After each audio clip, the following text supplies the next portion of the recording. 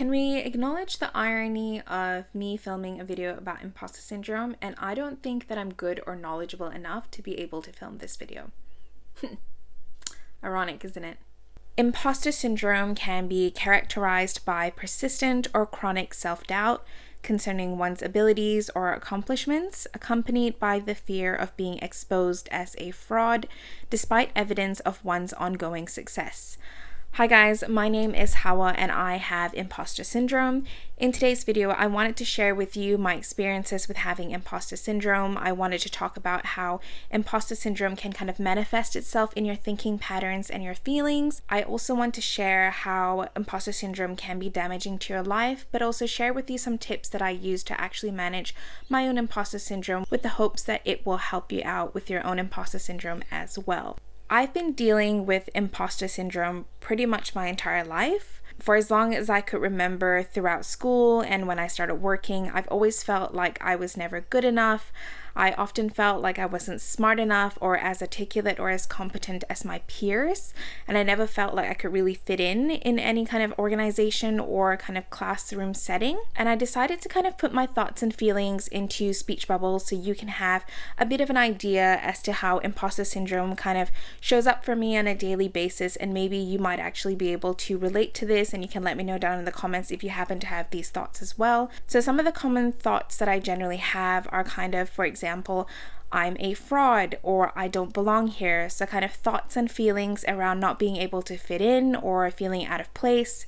Another two common ones are it's just luck or I achieved this because of someone else. So kind of attributing my success to external factors such as chance or the efforts of other people, as opposed to acknowledging that some of my successes and achievements were based on my own time, efforts, and energy. And the classic one that is a staple in my everyday thinking, and that is, I'm not good enough. So feelings of total inadequacy and feeling like I don't make the cut for the role or the organization that I'm working in. And this type of mentality can really damage you in the long run because it can prevent you from actually reaching or achieving your full potential. So chances are, if you have imposter syndrome and you always feel like you're never good enough, you're more likely to kind of give up or not take up opportunities for career progression or development or learning opportunities. You're more likely to not want to speak up in meetings or contribute ideas or even challenge the ideas of the people around you simply because you don't feel like you're competent or worthy enough to be in the same room. Now, imposter syndrome is caused by so many different things. I'm not even going to list all of the different causes because it's so dependent on the individual. From my own experience, imposter syndrome comes from a combination of different factors. For example, I come from a family that is very focused on high achievement and getting good grades. So not to kind of, call out my family or anything like that. I had wonderful parents who were very supportive of my education and the grades that I got. But I did come from an upbringing and a culture that was very focused on success and academic achievements. So I had friends and relatives that were constantly comparing my success to theirs or their children or to other people that they knew. But on top of all that, I always have a tendency of always wanting things to be perfect, and I always set really unrealistic expectations and standards for myself that are impossible for me to live up to. Another thing about imposter syndrome is that it is often caused around people who are very perfectionistic in nature and are often linked to people who are high achievers as well. It is important to keep in mind that while low self-worth and low self-esteem may be contributing factors to your imposter syndrome, it is also likely that you also have a perfectionistic nature that is always high achieving. In recent years, I've been more conscious of my thinking patterns, or at least I'm trying to be, and I've been doing my best to manage my imposter syndrome as best that I can. So I'm going to be sharing some of the tips that I use to manage my own imposter syndrome. I want to stress that I did not title this video How to Beat Imposter Syndrome, and that's because I'm still dealing with it. It is an everyday battle for me, and it's something that you're not going to be able to change overnight.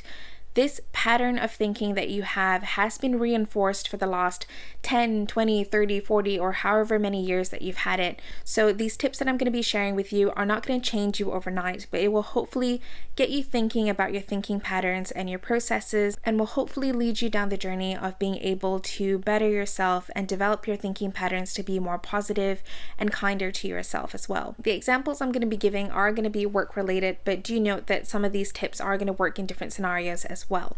The first thing that you need to do to manage your imposter syndrome is to recognize your imposter feelings as they emerge.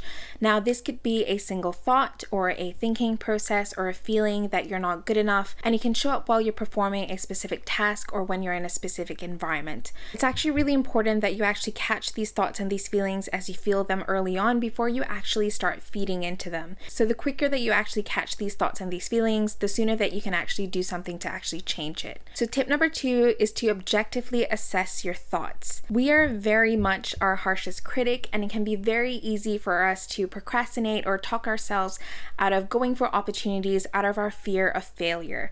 There have been many times throughout my career that I've been offered job offers and opportunities to kind of develop as a professional, and I've turned it down because I have this incessant fear of failure, and I felt like people will realize that I'm actually not as good or as competent as they perceive me to be, and that's my biggest fear. And it's really important that when you are going through these thought processes, that you actually objectively assess your thoughts to see if there's any value and validity to your thoughts.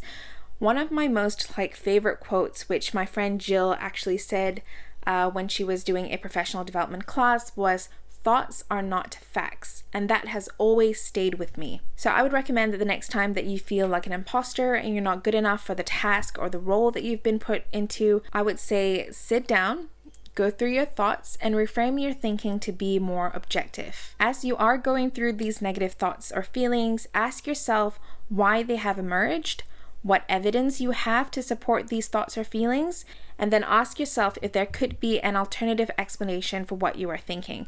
So, for example, if your manager is really grumpy on a specific day and you go to ask him a question and then he kind of fops you off, my automatic response is usually to think something along the lines of, "Oh my goodness, I'm bugging him too much. I'm so incompetent in my job. Why am I asking him so many questions?" And when in reality, I'll actually go back and actually speak with him and figure out if he's doing okay. And it turns out that he's facing a really stressful task or in a stressful situation, and his feelings of being really caged or really grumpy has actually absolutely nothing to do with me. It's also mindful to note that your thoughts and your feelings are not facts. So it's important for you to actually kind of sit back and take more of an objective perspective and try and figure out if what you're actually perceiving and thinking about a situation is actually valid and objective. So as you're going through this process of reframing your thoughts, it is important that you be kind but be objective and firm with yourself. Acknowledge and recognize your thoughts and feelings as they emerge, but don't feed into them. Separate your feelings from facts.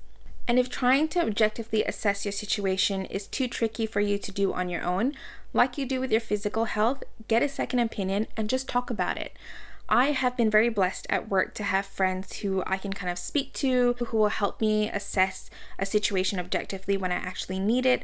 But you'd be quite surprised when you actually speak to your fellow colleagues or even to your manager to realize that a lot of people actually face imposter syndrome. It's been amazing that when I've actually opened up about having imposter syndrome in my workplace, that there are some colleagues that I've spoken to who also face imposter syndrome. There are people that I look at and I'm like, "You are literally my work idol.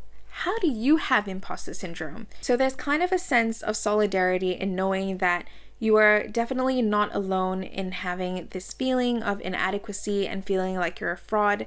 Chances are there are going to be people in your organization or within your team even that are going to be facing these feelings of inadequacy and feeling like they're not enough. And it's good in that sense to kind of use each other as a bit of a bouncing board to be like, okay, is it just me or are you feeling it too? And there can be such a sense of solidarity in knowing that so many people feel it too. And it should be something that we feel comfortable speaking about in the workplace. Tip number 4, and this is such an important one, and that is to not ignore your previous successes and achievements, but rather recognize the value and unique proposition that you bring to the table. Sometimes with teams, I like to think of it as a bit of a jigsaw puzzle. So each piece is unique in what image it brings to the table, but then collectively it helps to create a cohesive picture. So while on paper you may not have a PhD or 10 years of working experience or expertise, know that you were hired for your specific set of knowledge, skills, and abilities, and you have something to bring to the table. So for context, I work at a university with a lot of academics, and I often feel that with the nature of university, I feel like I can't really make it unless I have a PhD. But in the space that I specifically work in, I acknowledge that the role that I'm in involves me speaking with individuals on an everyday basis. I'm kind of working at the ground level, and I work to translate the research into tools and resources that everyday people can understand, and that is the value that I bring to the table. So while I may not necessarily pump out academic articles every 6 months to be published in peer-reviewed journals, I do create tools and resources that everyday people can use, and that's the value that I bring to the table. So the next time that you feel out of place, remind yourself that you were hired for a reason, and the successes and the achievements that you've collected along the way are the reasons that you're still there. And just recognize the value and the unique proposition that you bring to the table. And remind yourself of this every single time that you're feeling that you're not good enough or that you're feeling out of your depth. The last tip that I have is one that previous viewers would have seen on my channel time and time again, and that is to celebrate progress, not perfection. I think the issue that comes with imposter syndrome is that we often typically have black and white mentalities. So either you are a success or you're a failure, you're either good enough or you're not. And it's important to acknowledge that you can be a work in progress. We are constantly learning and developing as human beings. It's just what we do, and no one person can be good at everything. And if it seems like somebody is, acknowledge that they probably took years and years of hard work to be able to get to that point. Competence and expertise does not come with reaching a certain level of knowledge or skills. It comes from a mindset of always being able to learn and progress. So celebrate little wins and recognize that small steps is still moving forward. I hope that these tips are of some use to you. Comment down below if you have imposter syndrome, and if you do, what are you doing to actually manage that on an everyday basis? I want you to know that whoever you are, in whatever situation that you're in, I hear you, I'm here for you, and I want you to know that you do serve a purpose in this world, even if at times you don't feel like you do. If you enjoyed my video, please give it a thumbs up, subscribe, and share my videos with your friends and family if you think it might be of some use to them. As always, thank you so much for watching my video, and I'll see you in my next one. Bye!